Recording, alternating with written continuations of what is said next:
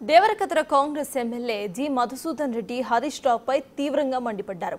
కోయల్ సాగర్ కింద అదనంగా 50,000 ఎకరాలకు నీళ్లు ఇస్తామని చెప్పిన హరీష్ రావు 10 ఏళ్ల బీఆర్ఎస్ పాలనలో కనీసం 1 ఎకరాకు కూడా అదనంగా నీళ్లు ఇవ్వలేదని అంటున్నారు. హరీష్ రావు నీళ్లు ఇచ్చినట్టు నిరూపిస్తే గనక తాను తడి బట్టలతో కురుమూర్తి స్వామి ఆలయానికి వస్తానని, హరీష్ రావు కూడా తడి బట్టలతో ఆలయానికి రావాలని సవాలు విసిరారు. పాలమూరుకు కాంగ్రెస్ అసలు ఏం చేసిందో, బీఆర్ఎస్ ఏం చేసిందో తేల్చుకుందామని అన్నారు. హరీష్ తో చర్చకు ముఖ్యమంత్రి అవసరం లేదు, ఎమ్మెల్యేలమైనా తాము చాలని అన్నారు జీఎంఆర్. నువ్వు చెప్పిన మాట 2017లో జూన్ 2017లో నువ్వు కోయల్ సాగర్ కాడికి వచ్చినావు. కోయల్ సాగర్ నా నియోజకవర్గంలో ఉంది. కోయల్ సాగర్ ప్రాజెక్టు కాడికి వచ్చి ఏం చెప్పినావు? కోయల్ సాగర్ ప్రాజెక్టు కింద అదనంగా 50,000 ఎకరాలకు ఆయకట్టుకు నీళ్లు అందిస్తని చెప్పిన వ్యక్తివి ఈ రోజు వరకు, అంటే మీరు మన అధికారంలో ఉన్నంత వరకు 1 ఎకరాకు అదనంగా నీళ్ళు ఇయ్యని వ్యక్తివి. ఆ విషయం మీద నువ్వు కట్టుబాటు నేను ప్రూవ్ చేస్తాను నువ్వు నీళ్ళు ఇయ్యలేదని.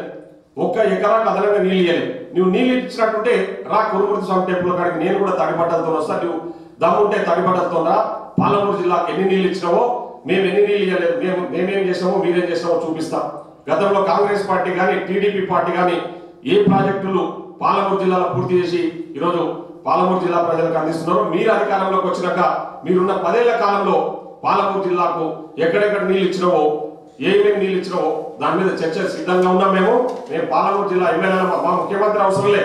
మీరు మళ్ళా ఏదో రకంగా పాలమూరులో మోసం చేయాలని ఆలోచనతోన ఆ రోజు ఆగం మేఘాల మీద 600 బస్సులు వేసుకొని తెలంగాణలో ఉన్న అందరినీ, మీ నాయకులందరినీ, మీ కార్యకర్తలందరినీ దొరికొచ్చి ఏదో హడావుడి చేసి దేశవ్యాప్తంగా ప్రచార ఆర్భాటాలు చేసుకొని ప్రపంచవ్యాప్తంగా పేపర్లలో అడ్వర్టైజ్మెంట్లు చేసుకొని పాలమూరు రంగారెడ్డిని పూర్తి చేసినాం. ఈరోజు ఓపెన్ చేయకపోతున్నా, ఈ రోజు నుంచి ఓపెన్ అయిపోతుంది, రేపటి నుంచి నీళ్ళు ఇస్తారని చెప్పేసి మీ మామ కేసీఆర్ గారు ఆ రోజు చెప్పుకునే. మరి ఈరోజు మీరు అడుగుతా ఉన్నారు కదా పాలమూరు రంగారెడ్డిని పూర్తి చేయండి అని. మరి మీరు పూర్తి చేసినామని చెప్పుకున్న వాళ్ళు మమ్మల్ని ఎందుకు అడుగుతున్నారు పూర్తి చేయమని? అంటే మీరు గాలికి వదిలేసిండు కాబట్టి ఈరోజు మా గౌరవ ముఖ్యమంత్రి గారు దాన్ని టేకప్ చేసిండు. తప్పకుండా పాలమూరు రంగారెడ్డిని పూర్తి చేస్తాం. పాలమూరు ప్రజలకు పాలమూరు రంగారెడ్డి ప్రాజెక్టు ద్వారా నీళ్లు అందిస్తామని చెప్పి కూడా ఈ సందర్భంగా తెలియజేస్తాం. ఈ పాలమూరు జిల్లాను గాలికి వదిలేసి మీరు కాళేశ్వరం మీద పడి మొత్తం దోచుకున్న విషయం ప్రజలకు అందరికీ కూడా తెలుసు.